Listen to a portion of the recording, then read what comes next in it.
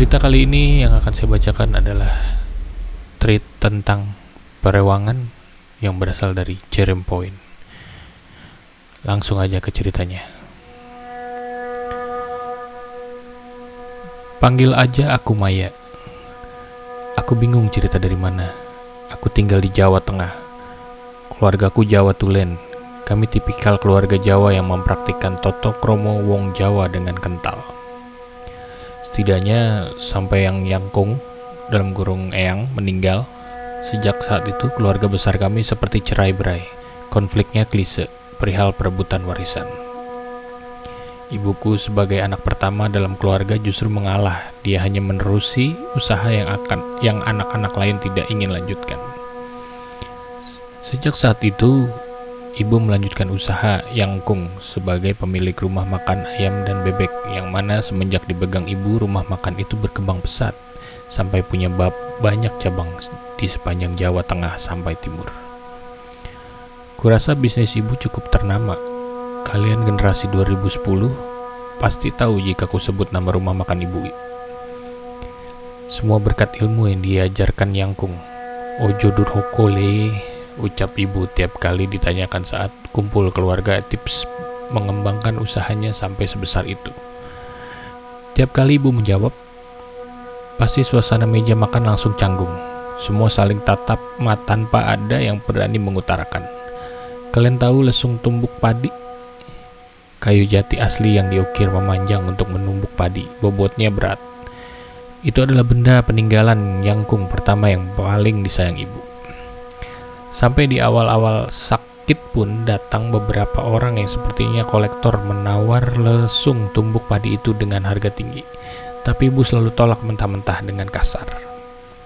Yang paling kuingat ialah saat terakhir kali ibu sambil batuk-batuk marah ke kolektor yang menanyakan harga lesung itu. Berani bayar berapa kamu? Kau hargai nyawaku. Sejak dulu saat masih sehat, ibu selalu menumbuk lesung setiap pukul 5-6 pagi. Saat transisi fajar dari gelap ke terang, ibu membunyikan lesung itu dengan irama. Dia tampak senang tiap kali menumbuk lesung seakan mendapat energi baru untuk mengawali harinya. Sekarang, sejak ibu sakit, lesung itu dibiarkan di tempatnya, di gudang belakang dekat dengan sumur rumah kami. Tak ada yang berani mengutak-atik sampai sekarang jadi penuh debu. Namun, sejak ibu sakit, lesung itu jadi menyeramkan. Dia suka bunyi sendiri di setiap tengah malam, seperti ada yang menggunakan. Terakhir itu terjadi di malam. Saat aku lagi cerita ini ke Kak Jero. Mulanya ibu mengeluh sering sakit punggung dan batuk-batuk. Beberapa kali muntah darah sampai akhirnya diagnosa TB paru. Badan ibu perlahan mulai kurus. Nah, semenjak itu, ibu selalu pakai baju terusan warna hijau. Dia tidak pernah mau mengganti baju selain warna hijau. Aku sempat bertanya-tanya soal ini dan mulai mencium ada yang enggak beres. Tapi kenapa warna hijau? Kalian ada yang tahukah? Ada yang tahukah, guys? Sampai satu waktu ibu jatuh di dekat sumur, kepalanya terbentur. Sejak saat itu ibu kena stroke iskemik, semacam akibat pembuluh darah yang menyumbat otak. Ibu gak sadarkan diri, dirawat di rumah sakit hampir 2 bulan. Pas motoriknya mulai menunjukkan tanda-tanda pergerakan, ibu diperbolehkan pulang. Tapi semenjak di rumah kesehatannya malah terus menurun, sampai akhirnya dinyatakan lumpuh. Dokter bilang organ-organ vital ibu sebenarnya sudah tidak sanggup lagi untuk mengorganisir tugasnya. Metamorfosanya ialah ibu seperti mayat hidup. Seiring ibu sakit, bisnis rumah makan ibu juga bangkrut. Satu persatu cabang tutup. Bapak gak peduli. Bapak malah fokus ke pengobatan ibu. Dia mendatangkan banyak dukun dan orang pintar ke rumah walaupun hasilnya sia-sia. 1 tahun setelah ibu sakit tak berdaya, Bapak terindikasi stres berat sampai dia diagnosa gangguan jiwa. Sudah berapa kali keluar masuk rumah sakit jiwa. Bapak seperti ketakutan diintimidasi oleh makhluk yang hanya dia sendiri yang lihat. Wow. Tapi kepulangannya terakhir dari RSC, dia sudah tampak sembuh. Bahkan aku takjub bapak bisa normal seperti sedia kala. Namun besok malamnya, aku dengar bapak menembang lagu Jawa sambil mengusap kening ibu. Bapak juga menari pelan.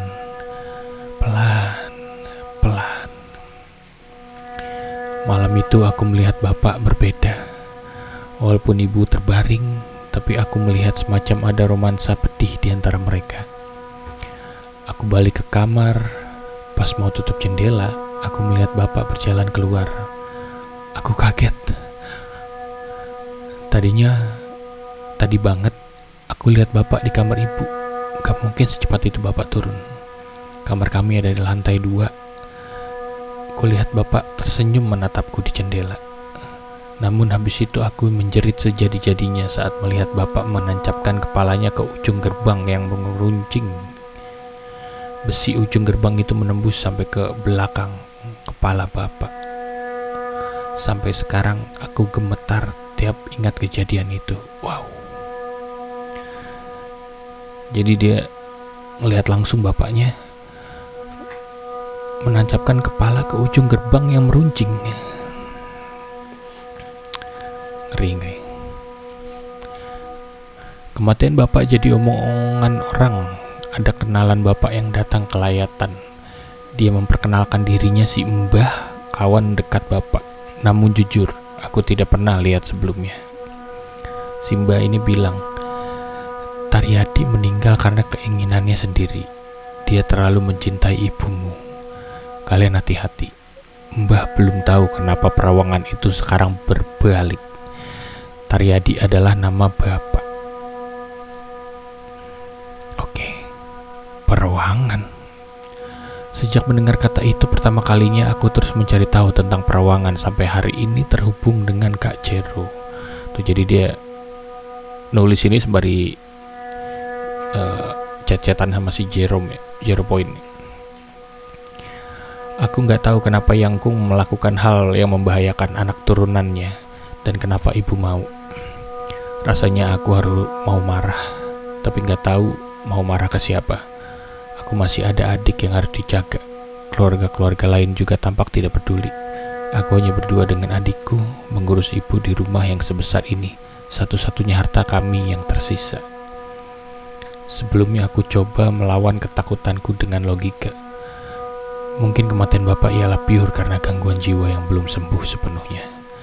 Tapi hari ke hari, kejadian di luar nalar yang mengerikan terus terjadi sampai logikaku udah gak bisa lagi denial.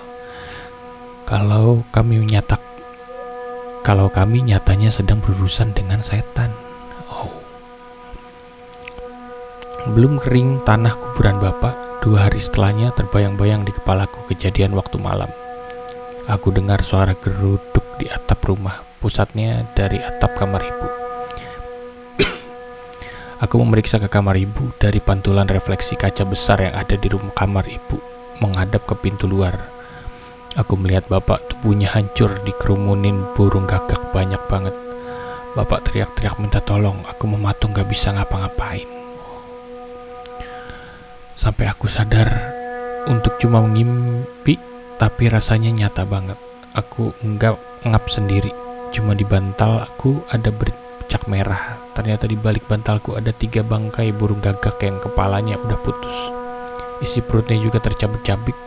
Aku sampai mulai lari ke kamar mandi. Aku sampai lari kali ini, maksudnya si Jero ya. Salah nulis deh ini. Prepend si Jero. Kamar mandiku yang di lantai atas ada di paling ujung lorong. Itu kamar mandi keluarga yang memang cukup besar. Ada bathtub yang dibatasi tirai putih antara kamar mandi basah dan kering.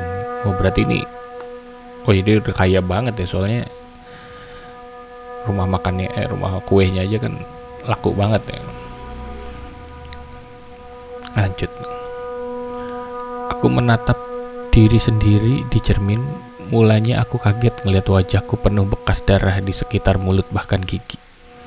Aku panik langsung gosok-gosok muka, tapi pas aku lihat ternyata muka aku bersih aja. Kayaknya aku banyak melamun hari ini. Keran air dalam bathtub tiba-tiba menyala dari bayangan tirai. Tidak ada siapapun, hanya keran yang menggeser menyala, tapi tiba-tiba aku mendengar suara kaki nyemplung ke air. Seperti ada orang yang hendak berendam di sana. Tapi bayangan di tirai hanya air yang menyala. Aku buru-buru kabur keluar. Rasa penasaranku terkalahkan sama rasa takutku. Ada lagi kejadian yang unik.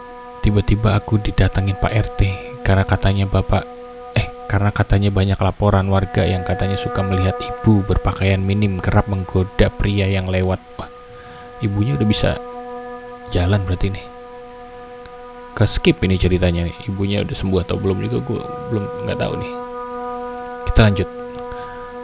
Aku kaget, tentu nggak terima dengan ucapan Pak RT yang menurutku fitnah. Wong ibu bangun aja nggak bisa, melek aja ndak, kok bisa-bisanya ada laporan begitu. Oh iya, berarti ibunya belum sembuh ya guys, masih tiduran dia. Aku ajak Pak RT masuk melihat kondisi ibu. Dia tercengang bukan main melihat ibu yang terbaring lemah. Lalu satu waktu kala aku sedang membersihkan tubuh ibu, aku melihat luka basah yang dipenuhi belatung ada di bagian perut ibu. Luka itu membentuk lubang tidak terlalu besar di perut ibu. Aku cuma bisa nangis sambil bersihin luka ibu dan menggantikannya dengan pakaian warna hijau lagi. Itu amanat ibu saat terakhir kali bicara padaku sebelum dia koma panjang. Oh, ibunya tuh koma, berarti makannya gimana berarti nih kalau di rumah ya? Kalau dia koma kan gak bisa makan, harusnya diinfus kayak gitu ya. Coba kita lanjut dulu ceritanya. Dari sekian banyak saudara yang kuhubungi untuk meminta pertolongan, hanya Pak Deroni yang berkenan datang ke rumah. Dia mengaku prihatin padaku dan adikku, terlebih pada ibu. Dari Pak Deroni aku tahu kalau selama ini ibu meneruskan keilmuan Yangkung yang turun-menurun. Yangkung bersekutu dengan setan. Yangkung ini eyang ya, berarti orang tuanya si ibu nih. Ibumu lapang dada menerima warisan dari Yangkung itu, tapi Pak D nggak tahu kenapa ibu menjadi begini. Orang yang mewarisi keilmuan Yangkung harus berumur paling panjang, awet muda dan berlimpah rezeki. Ilmu apa Pak D sampai ibu begini? Perawangan. Kamu sudah dengar kan? Perawangan adalah persekutuan manusia dengan setan. Yangkung dibantu oleh jin dalam membangun usahanya, semacam penglaris. Pertama, penglaris itu ada di lesung padi yang ibumu suka bunyikan setiap pagi. Lalu cermin di kamar ibu. Itu bukan cermin biasa, Maya. Pak D seperti khawatir, dia teringat sesuatu. Tutup cermin itu pakai kain, cepat. Aku tak percaya. Cermin yang saban hari kupandangi karena mengagumi kecantikan ibu saat menyisir rambut ternyata segitu mengerikannya. Aku gelagapan. Pak D sendiri yang mencari kain seadanya lalu menutup cermin itu. Sabar ya Dok, berdoa ke Gusti Allah. Pak D pamit dan berjanji akan sering-sering menengok kami. Namun selang beberapa jam aku mendapat kabar telepon bahwa Pak Deroni meninggal kecelakaan. Saksi TKP mengaku melihat Pak D seketika keluar dari mobil di palang kereta, kemudian berjalan pelan sampai menabrakkan dirinya sendiri ke kereta yang melaju begitu cepat. Pak D diduga bunuh diri alias bundir. Aku syok mengetahui kabar Pak D bunuh diri, tapi aku baru ketemu dia dan tak ada yang aneh dari dirinya. Keluarga besar khususnya keluarga Pak Deroni mengucilkan kami. Kami dijauhi keluarga sendiri sebab dituding sebagai penyebab kematian Pak D. Aku tak bisa menampik. Hari-hariku penuh ketakutan sampai tak lama ucapan Pak D mengenai cermin besar di kamar ibu itu benar-benar meneror kami. Aku kerap melihat sosok lain serupa ibu dari dalam cermin. Jangan salahin Yangkung ya, ibumu yang serakah, dia juga pasang susuk. Bi Iyani malah marah saat aku telepon menanyakan apa yang sebenarnya terjadi dan menceritakan apa yang dikatakan Pak Deroni waktu ke rumah. Teleponnya dimatikan, aku telepon lagi tidak pernah diangkat. Aku mendengar suara langkah kaki lari-lari dari lantai atas. Adikku tertawa riang, lagi apa dia? Aku buru-buru berbalik ke atas dan aku melihat cermin yang sudah ditutup kain sama Pak Deroni tiba-tiba dibuka. Aku kaget. Aku mencari kain itu di mana, lalu aku menemukan kain itu di ujung lorong dekat kamar mandi, tapi kain itu menutup tubuh anak kecil. Aku takut, tapi aku mengira itu adalah adikku. Jadi aku memberanikan diri mendekat dan membuka kain. Untung saja benar, itu adikku. Dek, astagfirullah, kamu ngapain? Main, Kak. Aku terkejut, di rumah ini tidak ada siapa-siapa selain kami. Main sama siapa? Sama ibu. Mendengar itu langsung kepeluk adikku. Anak kecil tidak mungkin berbohong kan? Percuma juga aku mengintegrasinya. Dia hanya akan mengatakan apa yang dirinya lihat dan lakukan. Aku mengajaknya tidur di kamarku. Aku takut terjadi apa-apa padanya. Tengah malam, pintu kamarku berdecit terbuka sendiri. Aku bangun mau menutupnya, tapi ketika di dekat pintu, aku lihat dari cermin ada sosok laki-laki yang duduk di tepi ranjang ibu membelakangi. Gimana? Tapi ketika di dekat pintu, aku lihat dari cermin ada sosok laki-laki yang duduk di tepi ranjang ibu membelakangi. Gitu dia bacanya. Jero, tolong titik komanya diperbagus lagi ya. Aku deg-degan banget. Tiba-tiba sosok itu menoleh padaku. Dan itu adalah Pak Deroni dengan wajah yang hancur seperti habis tersarut aspal, bebatuan dan separuh kepalanya yang pecah. Aku teriak, refleks menutup mata adikku memanggil.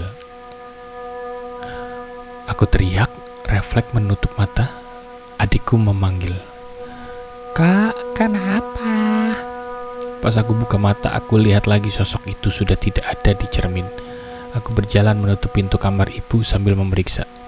Habis itu balik ke kamar berusaha untuk tidur lagi.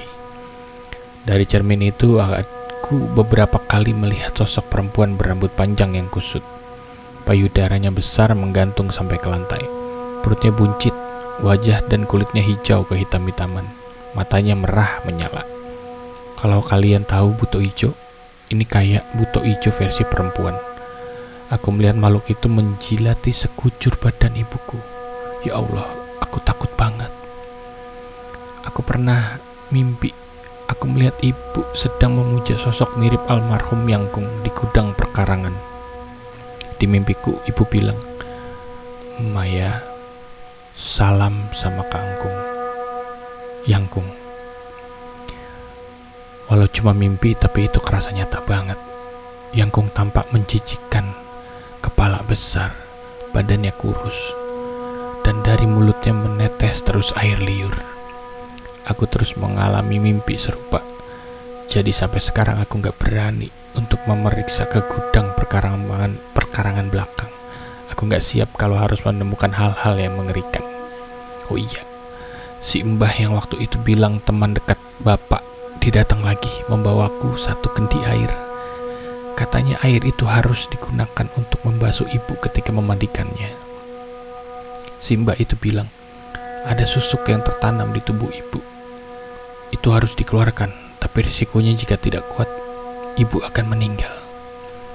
Si mbah bilang malah salahnya bukan hanya susuk, tapi perewangan Yangkung yang sudah menguasai tubuh ibu. Aku berpikir mungkin makhluk hijau perempuan yang aku lihat itu adalah makhluk perewangan yang bersama ibu.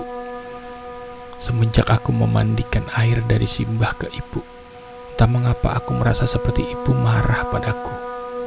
Semua lesung itu makin sering berbunyi. Suara lesung itu semakin sering berbunyi dan makin nyaring.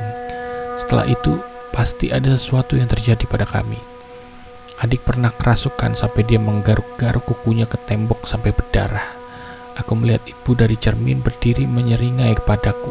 Tapi ketika aku tengok, ibu masih berbaring. Wow. Semakin hari semakin mengerikan berarti ini guys. Pernah satu waktu, aku sedang menyuapi ibu dari cermin. Aku melihat makhluk perempuan hijau dengan perut melendung itu menempel di atap plafon. Dari mulutnya menetes cairan hitam pekat ke wajah ibu sampai ibu gelagapan kesulitan bernafas. Aku ketakutan, butuh waktu untuk memberanikan diri menoleh. Namun ketika aku menengok, aku melihat ibu duduk, wajahnya nyaris menempel dengan wajahku. Ibu berteriak mengerang, aku pun ikut berteriak karena kaget. Setelah itu ibu kejang-kejang beberapa saat sampai akhirnya tenang sendiri. Aku cuma bisa nangis. Aku merasa bahaya yang besar akan datang pada kami. Hanya tinggal menunggu waktu. Aku takut ya Allah. Semoga aku kuat, adikku kuat. Aku cuma bisa berdoa agar lesung itu berhenti berbunyi. Cermin itu tak lagi menampak hal-hal yang mengerikan. Dan jika boleh aku meminta, aku ingin ibu sehat. Jika saja ada cara untuk melepaskan susuk dan memutus perawangan itu, apapun yang akan aku lakukan. Terima kasih sudah membaca ceritaku. Semoga kita semua selalu dilindungi dari mara bahaya. Aku mohon doanya untuk keluargaku. Gitu katanya. Treat sementara selesai. Narsum ini menjalani kehidupannya yang amat berat. Mari kita doakan yang terbaik. Kalau kalian ada saran, boleh replay di bawah. Narsum pasti baca. Jika ada update lanjutan dari Narsum, gue akan share lagi di tweet ini. Gitu katanya. Jadi, teror itu masih berlanjut sampai sekarang guys. Karena ini tweetnya adalah di bulan Mei, 16 Mei 2023. Jadi, apakah dia masih hidup? Apakah sudah tidak ada? Akan ada cerita lengkapnya di film Parawangan yang akan tayang sebentar lagi di bioskop.